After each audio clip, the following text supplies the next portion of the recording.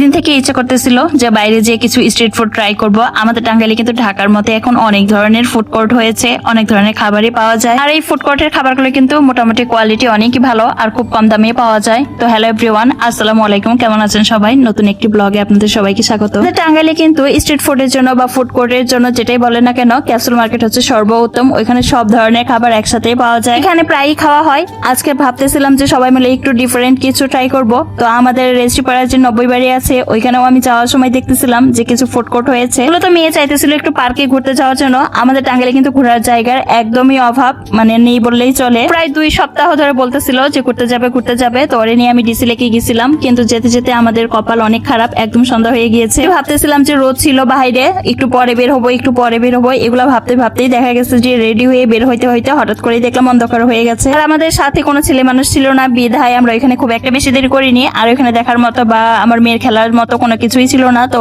ওর মনটা অনেক খারাপ হয়ে গেছে। আমি বারবার বলতেছিলাম আচ্ছা ঠিক আছে, আবার নিয়ে আসবো তোমাকে, মন খারাপ করো না, আজকে তো অন্ধকার হয়ে গেছে, চলো তোমাকে বাইরে থেকে কিছু খাওয়াই তারপর বাসায় চলে যাবো। তো আমি যখন আমার বাসা থেকে ডিসি লেকের ওইদিকে যাইতেছিলাম, তো 90 বাড়ির ওইদিক দিয়ে রিক্সাওয়ালা মামাটা আমাকে নিয়ে গেছিল। তো ওইখানে যাওয়ার সময় আমি দেখতেছিলাম যে রাস্তার পাশে অনেক ফুড কোর্ট বসেছে। তো যাওয়ার সময় প্ল্যান করে গেছিলাম যে ফিরবো যখন তখন এখান থেকে কিছু খেয়ে যাবো। আমার আম্মু ছিল সাথে, তো আমরা প্ল্যান করেছিলাম যে যাওয়ার সময় এখান থেকে খেয়ে যাবো। আর 4-5টার মতো যেহেতু ফুড কোর্ট ছিল, ভাবতেছিলাম যে রেগুলার তো আসা হয় না, সবকিছুই আমরা একটু একটু করে ট্রাই করবো, আসলে কোনটা মজা দেখার জন্য আর কি। ফার্স্ট আমরা এই মামার কাছ থেকে এখান থেকে একটু চটপটি নিয়ে নিয়েছিলাম। আর আমরা অল্প অল্প করেই নিয়েছিলাম, মানুষ ছিলাম 3 জন, মানে আমার মেয়েকে নিয়ে 3 জন ছিলাম। তো আমরা সবকিছু 2টা করে নিতেছিলাম, যে খেতে যদি ভালো না লাগে বা শেষ করতে না পারি, নষ্ট যেন না হয়। আর গরমের মধ্যে কিন্তু এই ভাজা পোড়া খাওয়াটা একদমই স্বাস্থ্যের জন্য ক্ষতিকর, কিন্তু আমাদের কাছে তো বাইরে বের হলে এগুলোকে না খেলে ভালোই লাগে না। তো এই চটপটিটার প্রাইস ছিল মেবি 60 টাকা না 40 টাকার মতো, আমারও তো মনে নাই, কিন্তু একদমই ভালো লাগে নাই। বিশেষ করেন আমাদের ক্যাপসুলের যে চটপটিটা পাওয়া যায় সেটা কিন্তু খেতে অনেক বেশি মজা লাগে। এটার মধ্যে না ছিল কোনো টেস্ট, না ছিল ঝাল, না ছিল কোনো কিছু। পাশেই দেখতেছিলাম 2টা ভাইয়া এখানে স্পেশাল নাকি ঝালমুড়ি বিক্রি করতেছিল। তো আমরা 2টা আবার ঝালমুড়ি অর্ডার করে ফেলি যে দেখি স্পেশাল কি আছে। আর এই স্পেশাল ঝালমুড়ির প্লেট গুলো ছিল 30 টাকা করে। বিশ্বাস করেন এই ঝালমুড়িটা খেতেও আমাদের কাছে একদমই ভালো লাগে নাই, কোনো টেস্টি লাগে নাই। তার থেকে যে আমরা 20 টাকা করে ঝালমুড়ি খাই ক্যাপসুল থেকে, ওইটাই অনেক মজা ছিল। তো 2-3টা জিনিস ট্রাই করার পর আমাদের কাছে একদমই ভালো লাগে নাই। তারপর ওইখান থেকে চলে এসেছি,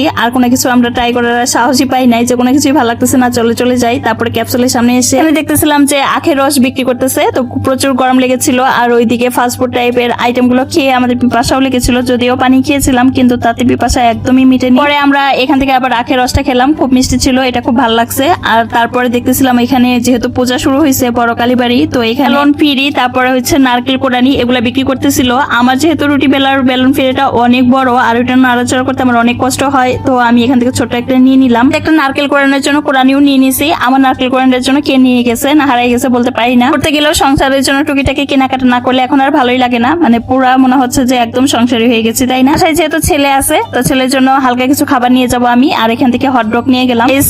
অনুযায়ী আগে কোয়ালিটিটা আমার কাছে অনেক বেটার লেগেছে। তো ওদেরকে আমি আজকে কমপ্লেন করেছিলাম, ওরা বলেছিল যে গরমের জন্য নাকি এরকম হয়েছে, শীতের জন্য আবার ঠিক হয়ে যাবে। আজকের ভিডিওটা লম্বা করতেছি না, আল্লাহ হাফেজ।